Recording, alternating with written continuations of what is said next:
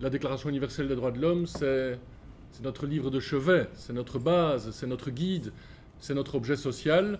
On est souvent critiqué, on nous dit vous faites de la politique. Alors si demander l'application de la Déclaration universelle des droits de l'homme, c'est faire de la politique, alors oui, on fait de la politique. On dit qu'on dérange ou qu'on provoque. Alors si demander l'application de la DUDH, c'est déranger et provoquer, alors oui, on dérange et on provoque et on est fier de le faire. Et cette initiative à laquelle la Ligue des droits de l'homme a naturellement répondu présente, elle est très importante parce qu'elle vise la jeune génération.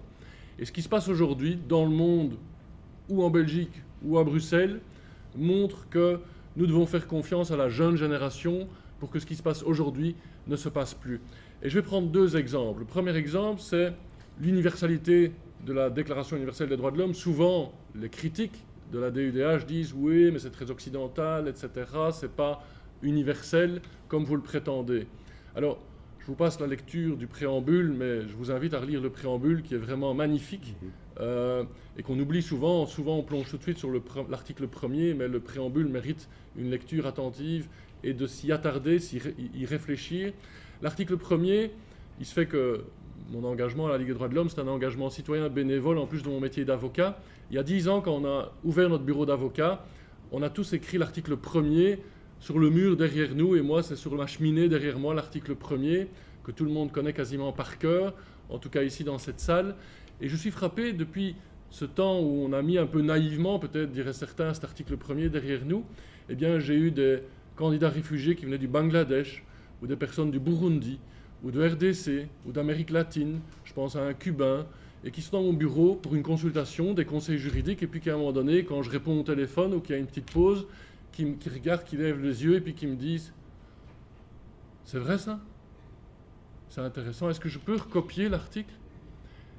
Au point où qui me demandent d'où ça vient. Certains qui me demandent d'où ça vient, ou qui disent « Si ça pouvait être vrai pour moi aussi. » Et donc, d'où qu'ils viennent dans le monde, c'est une aspiration humaine de dire « Moi aussi, je veux pouvoir bénéficier de cet article 1er ».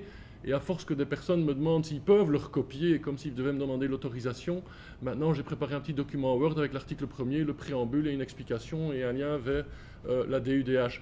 Mais pour montrer l'universalité des droits humains, c'est partout dans le monde que ces articles, eh bien, au bas de l'échelle sociale, tout le monde veut son application. Les seuls qui la critiquent finalement, ce sont les dirigeants, ce sont les dictateurs qui disent que ce n'est pas applicable chez eux. Et mon deuxième exemple, c'est pour dire que les droits humains, c'est ici et maintenant, aussi dans la capitale de l'Europe. Vous avez peut-être suivi depuis quelques semaines ce qui se passe à quelques centaines de mètres ici, au parc Maximilien et à la gare du Nord, où nous avons des dirigeants belges, quelque niveau de pouvoir que ce soit, qui se coalisent pour finalement traiter de manière complètement indigne des personnes, des migrants, qui viennent demander une protection en Europe, qui voudraient peut-être, s'ils avaient la bonne information juridique, introduire une demande d'asile, pour qu'il n'y a pas d'accueil organisé et qui doivent camper dans un parc ou dans la gare, et où, au lieu de venir avec des soins, avec un accueil, avec de l'information juridique sur la procédure d'asile, on envoie notre police nettoyer les alentours. Et quand je dis nettoyer, ce sont les termes mêmes utilisés par le secrétaire d'État à l'asile et l'immigration. Et pourtant, il suffirait qu'ils se plongent dans la DUDH ici, et on devrait leur envoyer le petit copion ici. Hein, l'article 5, personne ne sera soumis à un traitement cruel, inhumain ou dégradant. Eh bien, c'est ce qui se passe dans le parc Maximilien. Des migrants sont victimes de traitements cruels, inhumains et dégradants. Médecins du Monde dit qu'ils doivent apporter des soins aux migrants, non pas seulement pour leur parcours migratoire éprouvant, on ne doit pas vous faire de dessin jusqu'ici, mais parce qu'ils soignent des blessures que les policiers belges leur infligent lorsqu'ils sont en opération de nettoyage. On peut aussi parler de l'article 9. Nul ne peut être arbitrairement arrêté, détenu ou exilé. Qu'est-ce qui se passe? Et vous l'avez peut-être suivi dans les médias, il y a des opérations policières planifiées où des quotas de personnes à arrêter sont fixés à l'avance, c'est clairement contraire à l'article 9, de fixer des quotas d'arrestation pour envoyer un signal, 20 à 30 par jour.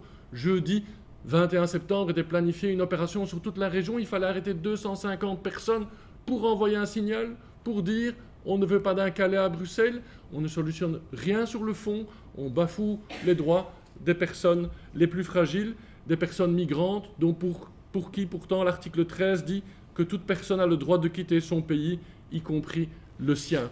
Et donc, cela montre que aujourd'hui, les droits humains, ici et maintenant, c'est du très concret. Et qu'il faut faire confiance à la jeune génération qui est inspirée, et les premiers signes et les premières réactions le montrent, par ce texte qui a pourtant 70 ans.